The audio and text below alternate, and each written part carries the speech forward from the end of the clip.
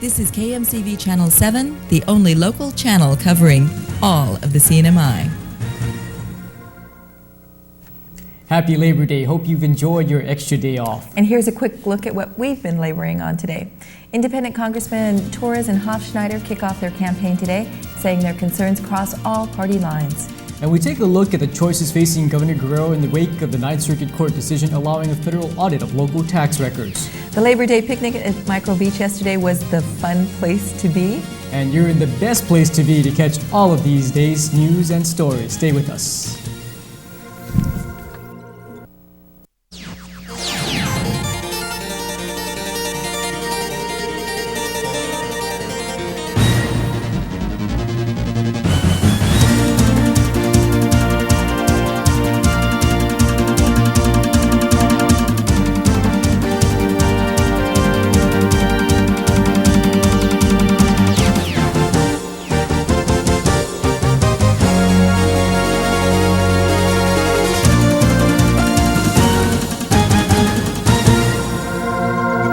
Buenas noches para todos, Hamzu, Tata Saipan Luta Zentinian, Guahu si Carlotta de Leon Guerrero. Good evening and welcome to the Labor Day edition of KMCV News. I'm Glenn Wakai. All of us here at MCV hope you enjoyed your holiday. Let's turn our attention now to the top of tonight's newscast. They may have been booted out of the Republican Party, but they're still on the ballot. Independent candidates Congressmen Stanley Torres and Heinz Hofschneider hope that they'll be able to convince Precinct 3 voters that common interests are enough to get elected and not party affiliation. Nanette Miranda was at their kickoff rally today and filed this report. Party lines did not matter at today's campaign rally for independent candidates Heinz Hofschneider and Stanley Torres. Republicans, Democrats, and everyone alike seem to stand united. The message is very clear today that the people want to put back people in the Congress that will be the eyes, the ears, and the voice for the people, and not for special interest groups. Hofschneider and Torres are running for seats in the House of Representatives for Precinct 3 with no party identification. They were removed from the Republican slate a few weeks ago when they refused to support the governor's re-election bid. Stanley and I gave an ultimatum to the governor to correct some deficiencies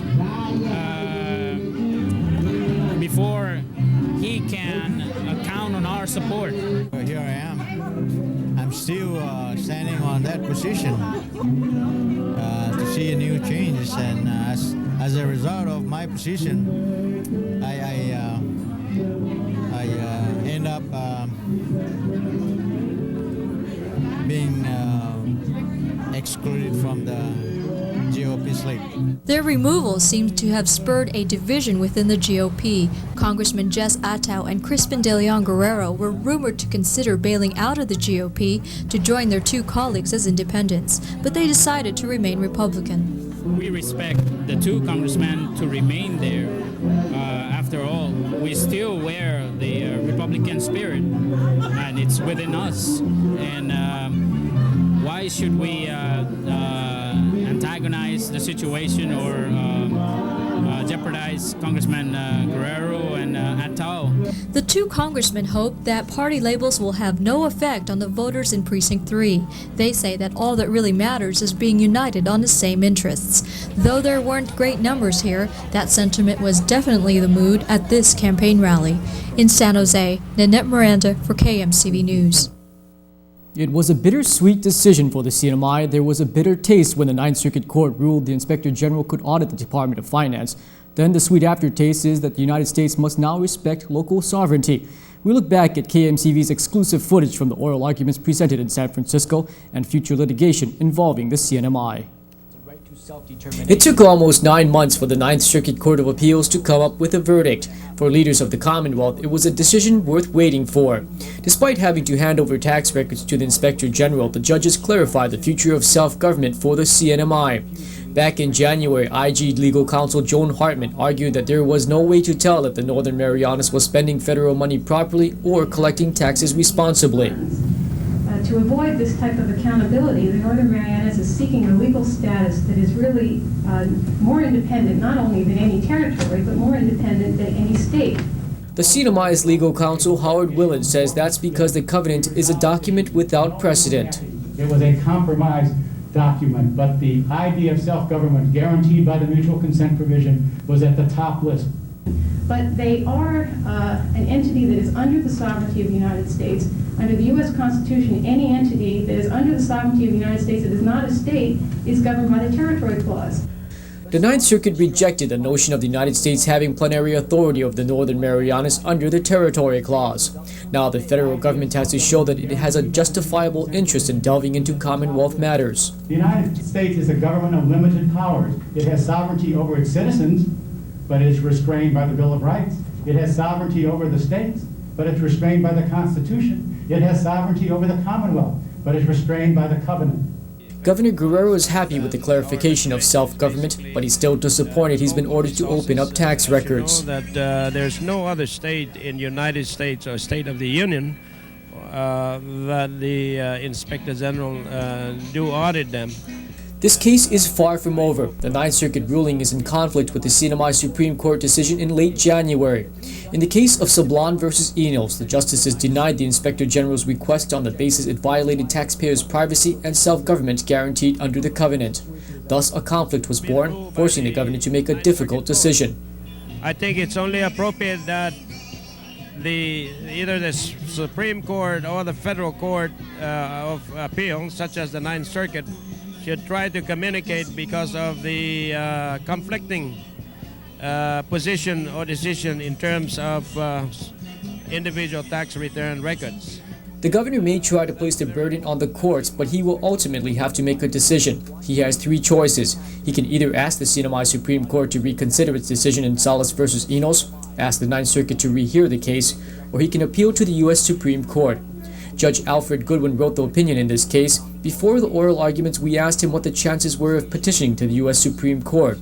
He responded that less than 1% reached the highest court of the land. For most of the cases in the United States, the court of last resort is really the Court of Appeals. Judge Goodwin's numerous trips to the Northern Marianas have made him familiar with the language of the Covenant. He outlines what he sees in store for the CNMI.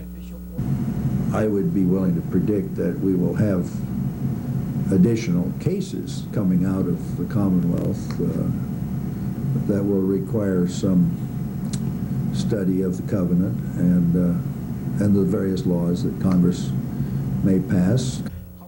If the Department of Finance is indeed audited, the court has ordered the Inspector General to provide internal safeguards to ensure confidentiality of records.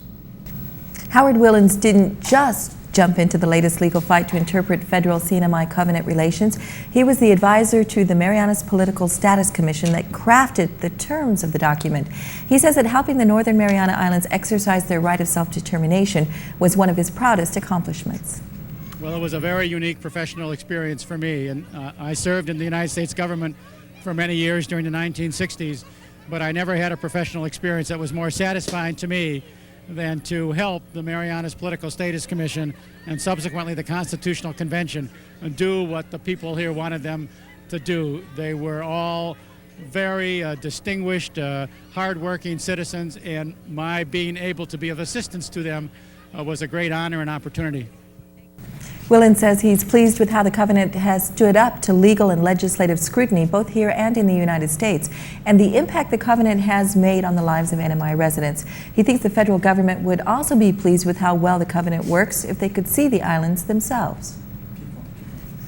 Willens and his wife Deanne will be in the NMI for the next 4 months, writing a book about the political history of the Commonwealth. And when we come back, we highlight Vice Speaker Diego Benevente's campaign efforts. And the tourism industry gets in on the ball teaching water safety.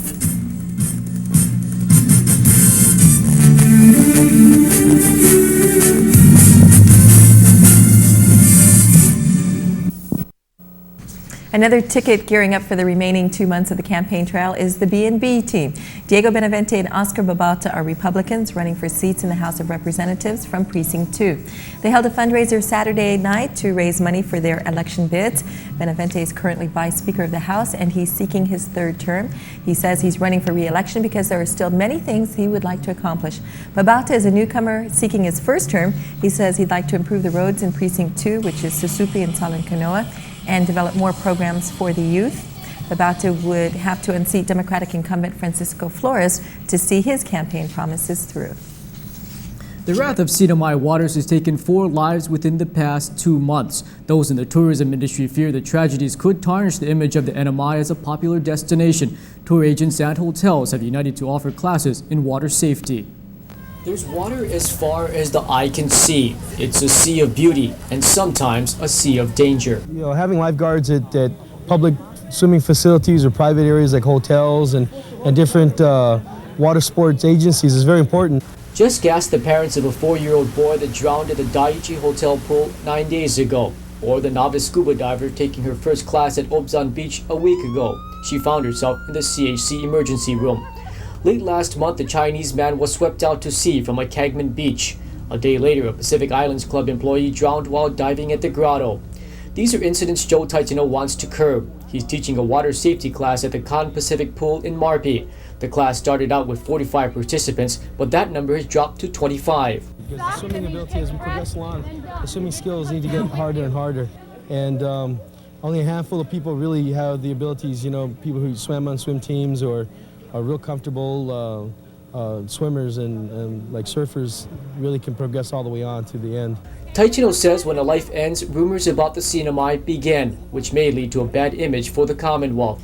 Tour agencies and hotels are encouraging their employees to take the class. You know, when you hear about a child that drowns in a swimming pool, you know, in a public place, then people don't feel safe about being there. And the CNMI offers beautiful weather and marine sports, and we have to make our visitors in the industry feel that this is a safe place to come.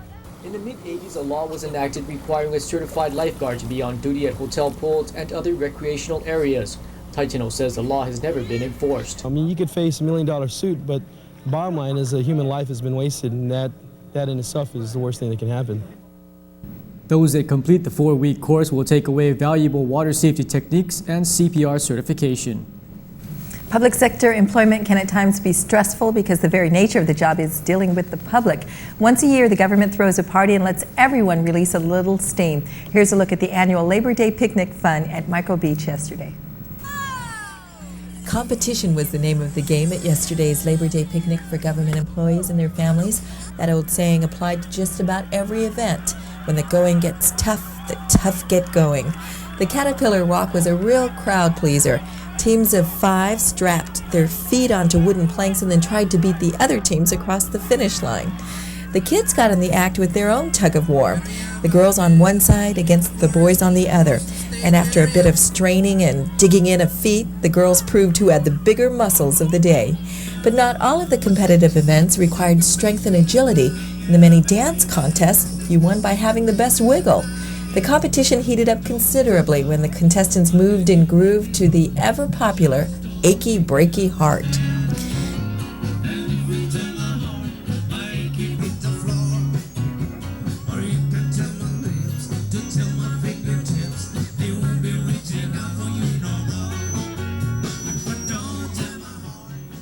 Governor Lorenzo de Leon Guerrero sat on the sidelines enjoying the picnic, which he thinks tops all the other ones before it. To my observation, I think this is the most successful Labor Day that we have here in the Commonwealth, and this is my 4th year now. And like I said, I'm very proud that for the first time we also invited out the private sector people to come out and join us. And they are here as well, and they're enjoying the day. So it is a very, very fun day for everybody. Commerce and Labor Director Jack Torres was also present yesterday. He says the festivities are a necessary stress relief for government workers who must never forget who they serve. I hope that they continue to perform their work with the kind of spirit that has guided us to this day, and always remember that the reason why they're there is because of the public out there, and the public has every right to expect the kind of services that they rightfully deserve. There was so much going on yesterday that we'll close tonight's cast with another look at all that picnic fun. Some pretty fancy dancing moves there. And we move over to sports. Willie, were you at that Labor Day picnic? Sorry. Went there for a little bit. Did you dance, do the caterpillar walk, do a few of those tug-of-war games? No, I did not. Just ate a little bit of food there. Really good food, too. Oh, yum, yum, yum. Well, we have scores and highlights in the NFL season opener. And the Chamber of Commerce hosts a golf tournament.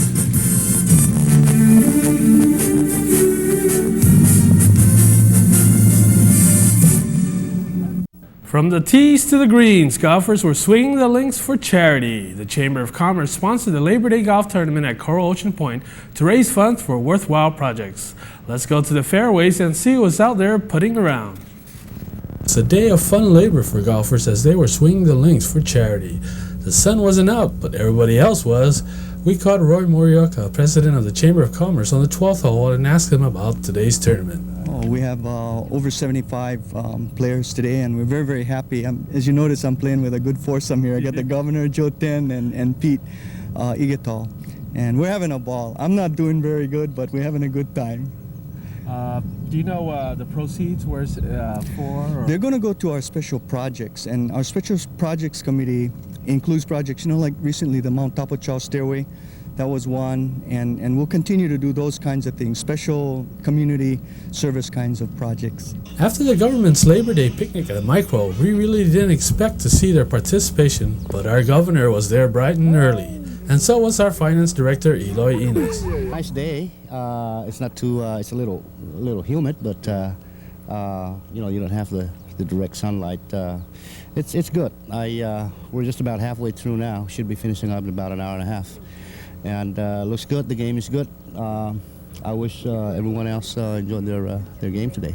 Well, at least it's kind of cool day. I think everybody's enjoying it. My game so far, of course, I expect to be better, but it's not that bad. So I'm enjoying it. Purpose of us here is basically to cheer up the good cause of this fundraising for a good cause project.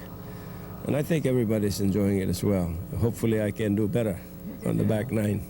Of course, your regulars were there putting around and always trying to improve their game. Mr. Sports Rep himself, Mr. Satur, was hitting the small ball. And Jess Titano, who has been selected for the CNMI golf team to represent Saipan at the South Pacific Games. So far, I got 3 over on the back, while I think Tony has two-stroke over. How are you enjoying today's game? I'm still floating from yesterday's bad game. It's not that bad. So far, I'm only 3 over with a couple mulligans.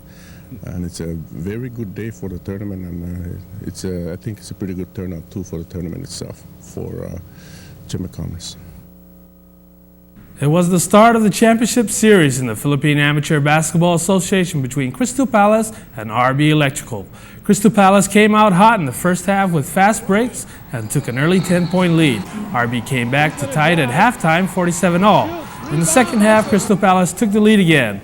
In the last 2 minutes, lead exchanged hands several times, and in the final seconds, free throws were crucial since they caused the final point to tie 80-all and go into overtime. With 4 minutes left in overtime, a decision was changed on a referee call, and Crystal Palace objected and walked out. We talked to Ed Pangilinan, president of PABA, on the controversial call. Crystal Palace team walked out because they don't like the call of the referee. What's the call? They changed the decision, and just said it's supposed to be for blue. And according to Mickey Webb, his first decision was changed. So these guys Mickey Webb decided to give the ball to the blue. Then they said they have Jess Malabed said it's correctable and it should be for red. So these people just walk out. They don't like the call. I guess RB will take the title again. Welcome back to the Weather Report. Vicki is enjoying a Labor Day holiday and will be back with us tomorrow night. Let's take a quick look at what we can expect weather-wise for tonight and tomorrow. Forecasters say expect our seas tonight to be slight to moderate at 3 to 5 feet. The surf will be 4 to 6 feet on northeastern, clockwise to southern exposures, and 2 to 4 feet elsewhere. Our tides tonight begin with a high tide of 2.1 feet at 10:15 this evening. The tide will then drop to a low of 0.4 of a foot just after 5 o'clock tomorrow morning and rise again to a high tide of 1.9 feet at 11:46 tomorrow morning. The sun will set tonight right about now, 6:29, and rise again tomorrow morning at 6:10. And if you're making plans for this evening and you wonder what kind of weather to expect, skies tonight will be mostly cloudy with isolated showers. Winds will be light and variable. And tomorrow, expect partly cloudy skies in the morning hours, becoming mostly cloudy by the afternoon with rain showers. And that's it for our weather report. And that's all the time we have for news. On behalf of our company, Mariana's Cablevision, thanks for joining us tonight. We'd like to leave you tonight with another look at yesterday's Labor Day picnic. Achy breaky heart, can't get enough of that. I asked Longshot to do it with me, but he won't. Enjoy your evening, and we'll see you again tomorrow night. Good night. Good night. Achy breaky heart. Achy breaky heart, I just don't take it, understand. And if you tell my heart, my achy breaky heart, it might blow up and kill this man.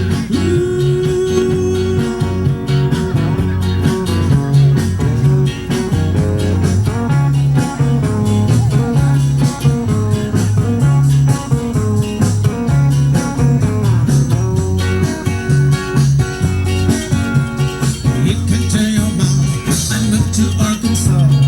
You can tell your doctor about my leg. Apparently, this got my lips. They never really liked me anyway. I tell Louise, tell Annie, tell you please. I say I already know she's not okay. Or you can tell my mom to watch out for my mind. They might be walking on an amazing day. But don't tell my heart, my achy breaky heart. I just don't take it, understand. And if you tell my heart, my achy breaky heart, you might blow up and kill this man.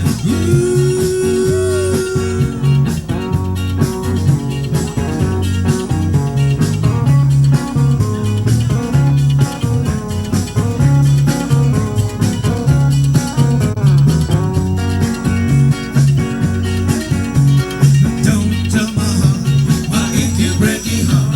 I just don't take it, understand. And if you tell my heart, my achy breaky heart, it might blow up and kill this man. Don't tell my heart, my achy breaky heart. I just don't take it, understand.